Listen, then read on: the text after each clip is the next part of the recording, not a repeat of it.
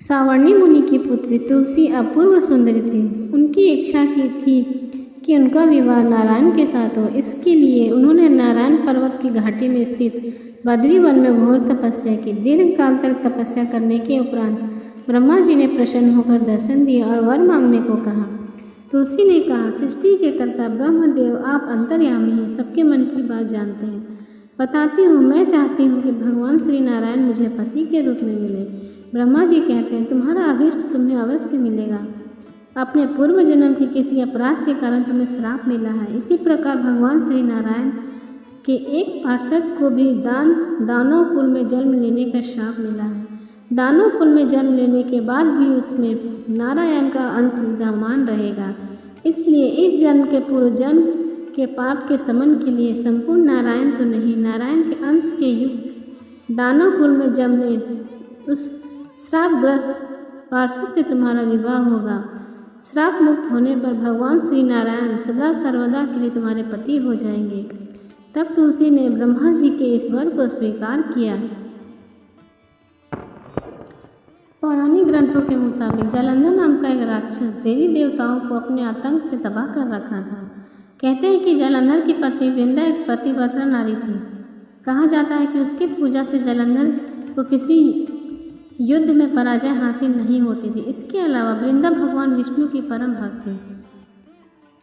ऐसे में भगवान विष्णु की कृपा के कारण भी उसे युद्ध में हमेशा विजय हासिल होती थी।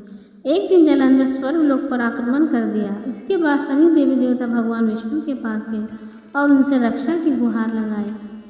भगवान विष्णु इस बात को जानते थे कि वृंदा की भक्ति को भंग किए बिना जालंधर को परास्त नहीं करना नामुमकिन है। ऐसे में उन्होंने जालंधर के रूप धारण किया, जिसके बाद वृंदा अपना पतिव्रता धर्म टूट गया, जिससे जालंधर की सारी शक्तियाँ खत्म हो गईं। जिसके बाद जालंधर युद्ध में मारा गया। वृंदा को जब जालंधर की मृत्यु का समाचार मिला तो वह बहुत निराश हुई। बाद में वृंदा को जब उसके साथ किए गए छल का पता चला तो वह व्रत क्रोधित होकर भगवान विष्णु को श्राप दे दिया। वृंदा का पतिव्रता व्रत भंग होने की वजह से उसने भगवान श्रीहरि को श्राप दिया, जिस साल छल से मुझे वियोग का कष्ट दिया, उसी तरह आपकी पत्नी का भी छल से हरण होगा।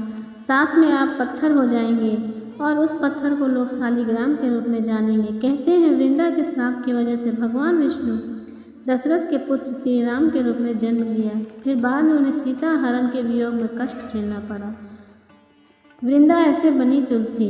धार्मिक कथा है कि वृंदा पति वियोग को सहन न कर सकी और सती हो गई। कहा जाता है कि वृंदा की राख से जो पौधा उत्पन्न हुआ उसे भगवान विष्णु ने तुलसी का नाम दिया। जिसके बाद भगवान विष्णु ने यह प्रण लिया कि वे तुलसी के बिना भोग ग्रहण नहीं करेंगे। इसके साथ ही उनका विवाह शालिग्राम से होगा। मान्यता है कि जो कोई श्रद्धापूर्वक तुलसी विवाह संपन्न करता है उसे वैवाहिक जीवन खुशियों से भरा रहता है। बोलो जय श्री हरि।